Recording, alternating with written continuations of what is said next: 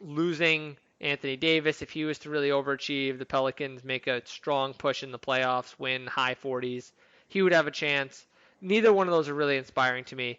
The one that I have an eye on is Lloyd Pierce in Atlanta. This is a team that I think could take a jump.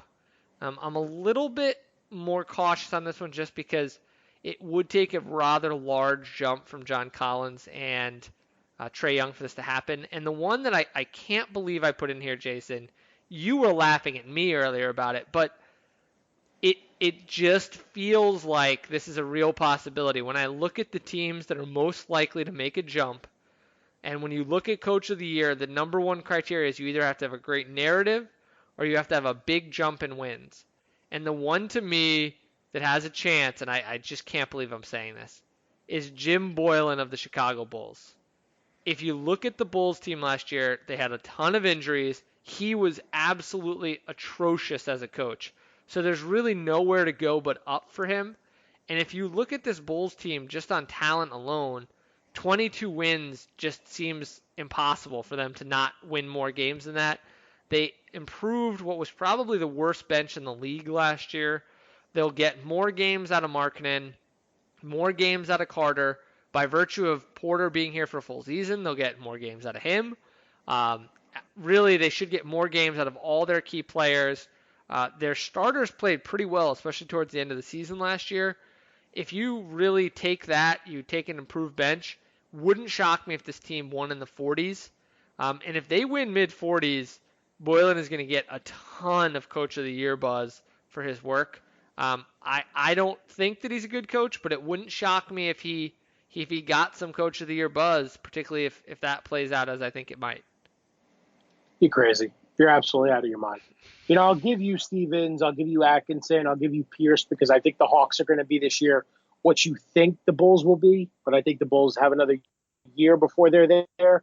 And I'll definitely give you Gentry because I'm high on the Pelicans. But Boylan, you're drinking the wrong Kool-Aid there, brother.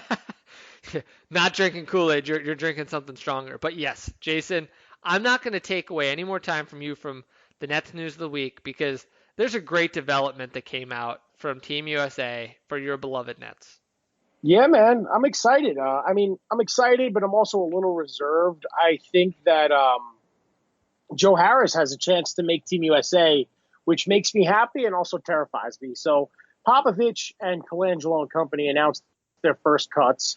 We'll get to your sad news in a bit, but Joe Harris is one of the final 17 that has a shot at being one of the 12 to join Team USA for the FIBA World Cup coming up at the end of the month. And, Harris is the only player left in this pool that has shot more than 40% from three. So I'd be thrilled for him personally if he has a chance to go out there and show out for Team USA. What makes me nervous, Ben, is that the Nets are going to China for the preseason. So 2 trips to China in 2 months, and then we expect him to make threes for the entire season. Makes me a little nervous, but if he makes it, good for Joe because he seems like a great guy.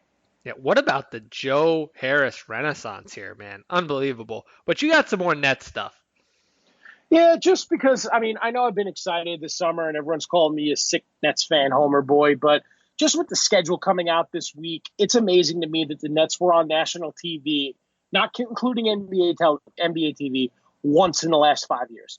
Do you know how many, don't look at the show notes, TNT and ESPN games the Nets have this year combined? If I had to guess without looking, I would have said probably something like 5, maybe 10.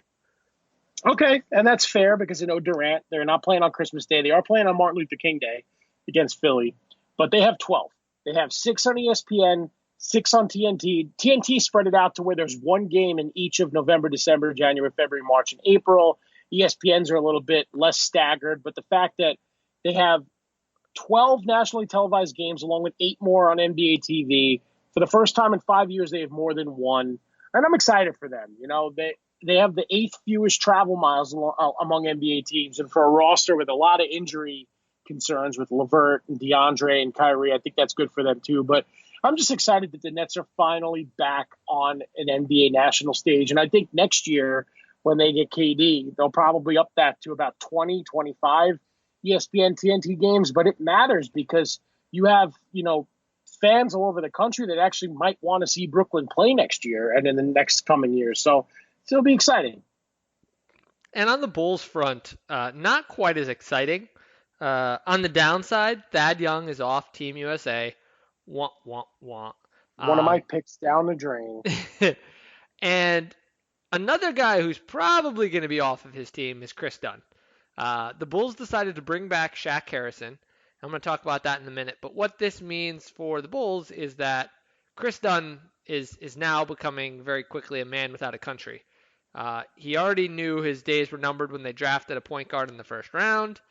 After that, they signed Tomas Satoransky out of Washington, also plays point guard. And now they're bringing back Shaq Harrison. Zach LaVine likes to play a little bit of point guard himself. This spells doom for Chris Dunn's time in Chicago. It's been up and down, and really more down than up, quite frankly. Hasn't been a great fit. I thought he'd fit in better. His time is probably up, but I'm happy to see the Bulls keeping a guy in Shaq Harrison who I think is a great lottery ticket. We talked a little bit about fantasy football and the possibility of us doing a show on it. And one of the ideas with fantasy football is always that late in the draft, you always want to take someone who's got a really high upside. And I think Shaq Harrison is actually one of the types of guys that the Bulls should be targeting. And it was I thought a really smart move actually to keep him. He's one of the single best guard defenders in the entire league. He's not quite as big as Marcus Smart, but he has incredibly quick hands. He is so good defensively. He can lock up some of the best guys in the leagues and absolutely pick their pockets. And I think given those skills and the fact that he has some point guard skills, he could have a future in the league. And the big problem from him has just been he just cannot shoot the ball. Is a terrible shooter. Someone who other teams dare to shoot.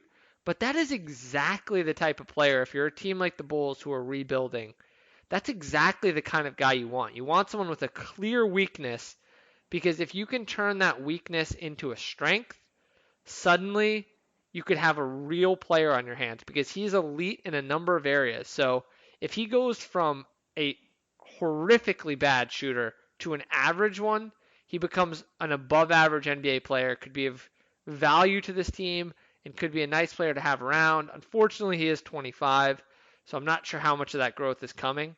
But I like the move. I like the kind of low risk, high reward move that they have. And I have to apologize to my guy, Ryan Arcidiacono, who I completely left out in the point guard mix. So Arch, I'm sorry for that. Wow, that was very spirited. I think all 5 Bulls fans that listen to this podcast will absolutely love that. But at that rate, I think that that's about it for tonight's show. You got anything else for the people? I love that little jab at the lack of Bulls fandom on our tri-state area based. I think podcast. That was the most coverage that Shaq Harrison's ever received in his life. And you know what, Jason? Well deserved. One of my favorite Bulls.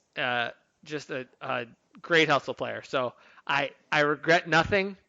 And with that, folks, we will let you get back to your weeks. And remember to tune in, subscribe, rate, and review.